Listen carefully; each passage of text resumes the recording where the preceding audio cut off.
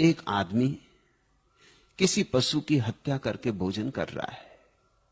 यह भोजन बहुत महंगा हो गया। पशु की हत्या करने में इसे कठोर तो हो ही जाना पड़ेगा। फिर चाहे कोई और इसके लिए करे, इसे पता तो है कि मेरे लिए की जा रही। एक प्राण नष्ट किया जा रहा, एक देह खंडित की जा रही। तुम कर पा रहे हो सिर्फ भोजन के लिए, और भोजन जबकि और ढंग से भी हो सकता था। अपरिहार्य नहीं थी यह हत्या, यह बचाई जा सकती थी। तो तुम कठोर हो रहे हो।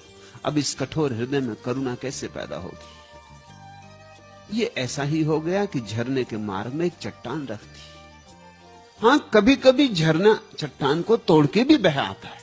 ऐसा ही मोहम्मद में हुआ होगा, झरना चट्टान को तोड़कर बह आया। लेकिन सदा ऐसा नहीं होगा। मोहम्मद का झरना बड़ा रहा होगा, छोटी मोटी चट्टान की परवाह नहीं। अब कौन जाने तुम्हारा झरना कितना बड़ा है। हो सकता है छोटा मोटा झरना हो, पत्थर रोक ही दे सदा को। झरना बंद ही रह जाए, बहे ना, सागर तक पहुंचे ना, तुम्हारा जीवन व्यर्थ हो जाए। सदा अपने भीतर जांचो, परखो, शुभ क्या है जिससे तुम्हारा जीवन छंद सधे, जीवन वीणा से स्वर उठे।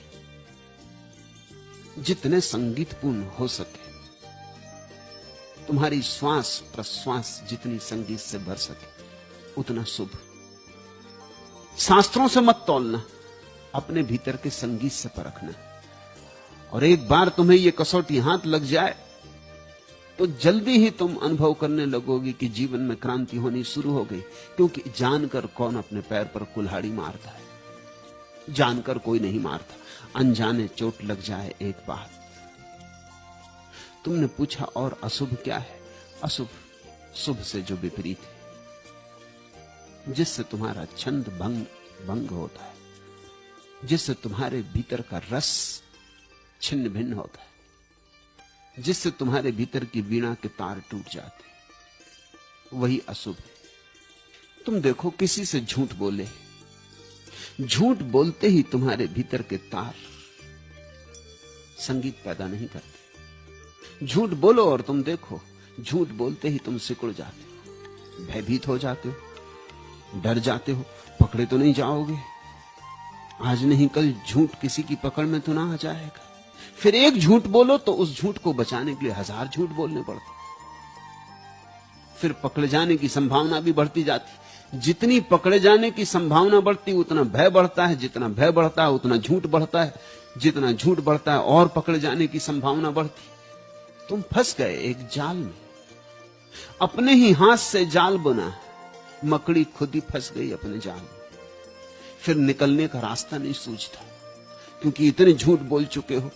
अब अगर सच बोले तो सारा जीवन अस्त व्यस्त हो जाएगा। एक और सही, एक और सही, एक झूठ बोलो, फिर झूठ की बड़ी संतान है। झूठ संतति नियमन में नहीं मानता, सत्य की संतान नहीं होती। सत्य ब्रह्मचारी। एक सत्य बोलो, पूरा हो गया, अपने में पूरा होता। अब किसी और सहारे की जरूरत नहीं होती, और सत्य बोलकर निश्चिंत सो सकते हो, चिंता नहीं पकड़ती। सत्य की सुरक्षा नहीं करनी पड़ती, सत्य के लिए आयोजन नहीं करना पड़ता बचाने का। सत्य अपना प्रमाण है। सत्य के साथ हृदय निर्भर होता है, सत्य के साथ मन मौज में होता है, सत्य के साथ अभय होता है। और जहां अभय है और जहां मन मुक्त है, वहां संगीत है, वहां छंद है। उसी छंद में शुभ है। अशुभ का अर्थ हुआ, ऐसा कुछ मत करो जिससे तुम सिकुड़ते हो। ऐसा कुछ मत करो जिससे तुम्हें अपने को छिपाना पड़ता है। ऐसा कुछ मत करो जिसके कारण तुम नग्न नहीं हो सकते। ऐसा कुछ मत करो जिसके कारण तुम्हें अवरोध खड़े करने पड़े। बस इतना ही ध्यान रहे।